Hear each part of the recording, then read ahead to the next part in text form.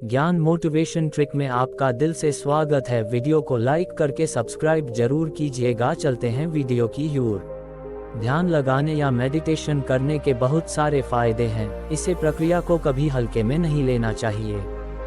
दरअसल लगातार एक जगह स्थिर रहने या बैठे रहने पर आपका हार्ट रेट कम हो जाता है और कोर्टिसोल रेट भी कम हो जाता है।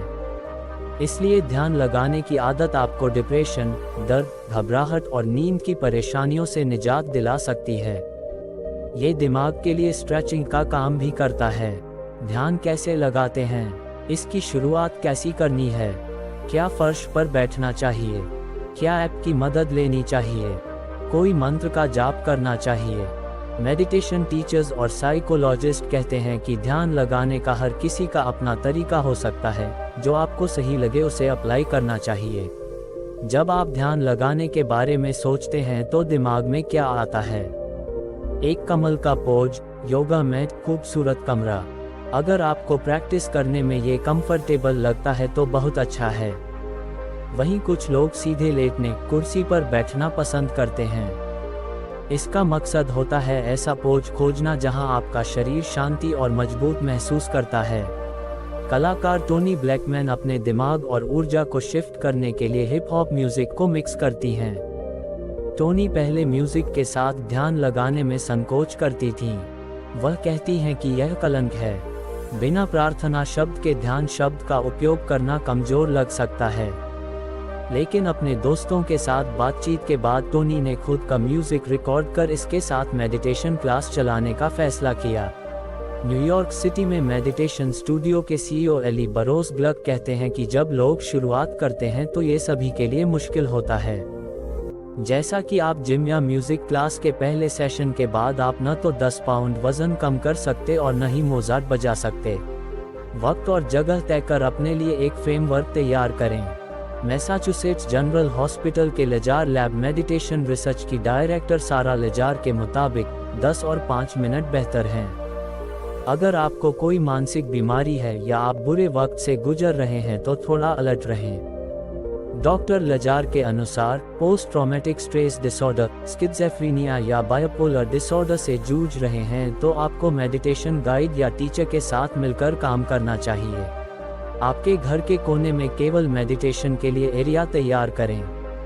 अगर आपको लगे तो यहाँ पौधे, पत्थर या मोमबत्तियाँ लगाएं। अगर नहीं तो घर में केवल शांत जगह चुनें।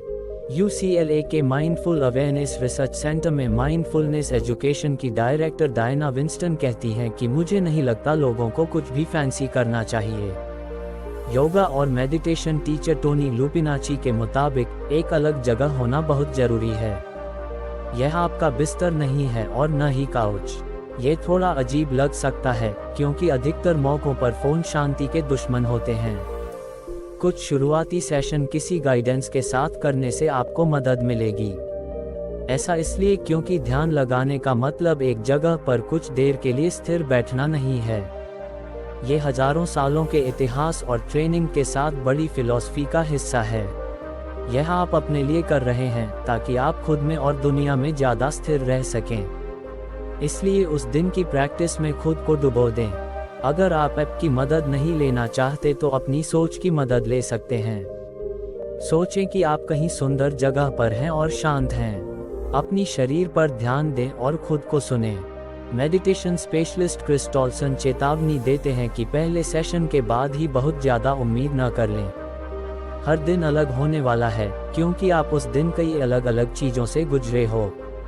ये दिमाग खाली करने को लेकर नहीं है क्योंकि ऐसा संभव नहीं है। क्रिस के मुताबिक हमारा दिमाग खाली नहीं हो सकता। हम हमारे दिमाग में आने वाली चीज़ों को कंट्रोल नहीं कर सकते। हम जो कंट्रोल कर सकते हैं वो है कि हम इससे निपटेंगे। क्रिस विचारों और भावनाओं को बादल की तरह समझने की सलाह देते हैं। जब आप ध्यान लगाते हैं तो ये सोचें कि आप आसमान को देख रहे हैं। कभी बादल चमक रहे होंगे तो कभी काले होंगे।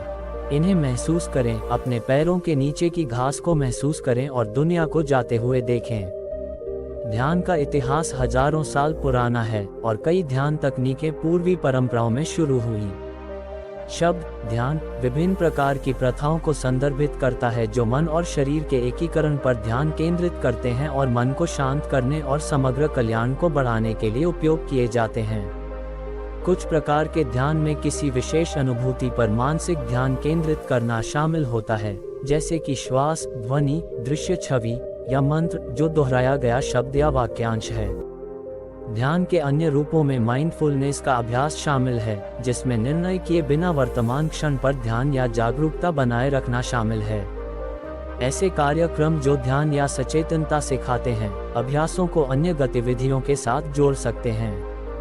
उदाहरण के लिए, माइंडफुलनेस आधारित तनाव न्यूनीकरण एक ऐसा कार्यक्रम है जो माइंडफुल मेडिटेशन सिखाता है, लेकिन इसमें लोगों को तनावपूर्ण अनुभवों पर सीखी गई बातों को लागू करने में मदद करने के लिए चर्चा सत्र और अन्य रणनीतियां भी शामिल हैं।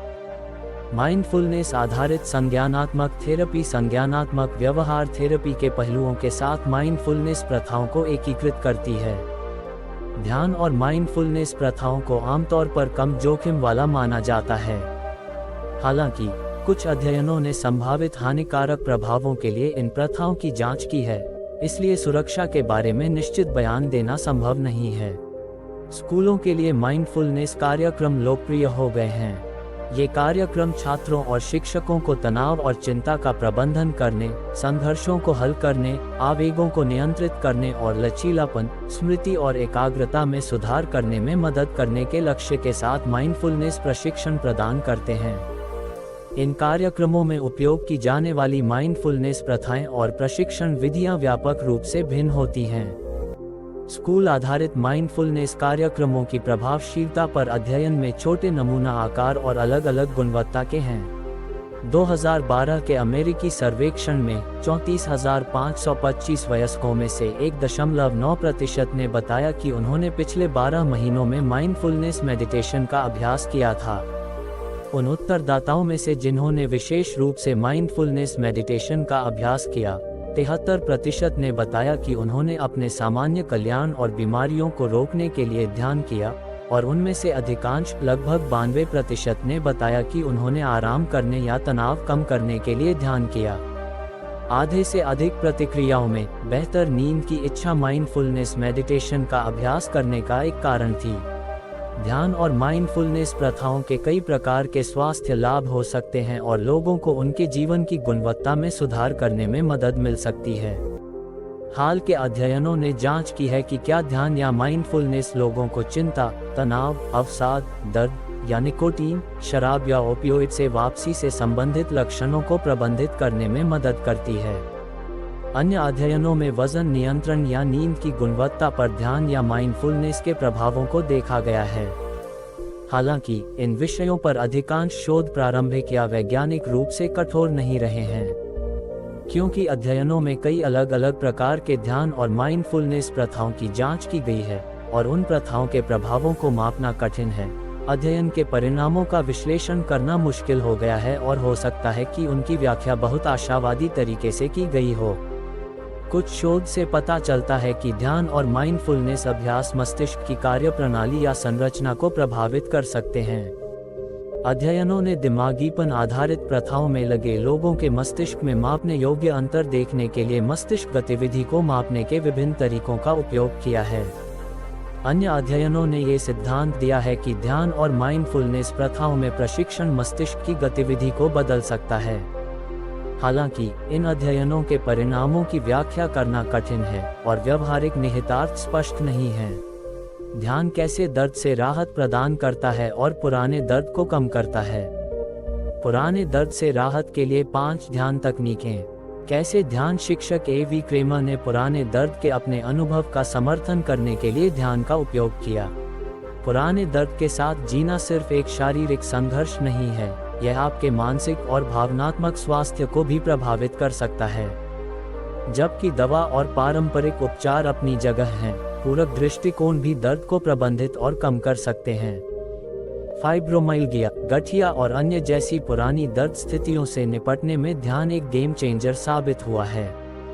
ध्यान केवल तनाव और चिंता को कम करने या आपको आराम करने में मदद करने के लिए नहीं है, यह एक मजबूत उपकरण है जो पुराने दर्द को काफी कम कर सकता है। माइंडफुलनेस मेडिटेशन विशेष रूप से दर्द से राहत के लिए एक अनूठा दृष्टिकोण प्रदान करता है, जिससे लोगों को अंदर से बाहर तक दर्द का इलाज करने में मदद मिलती है। ध्यान पुराने दर्द को प्रबंधित करने का एक समय परीक्षणित, वैज्ञानिक रूप से समर्थित साधन प्रदान करता है।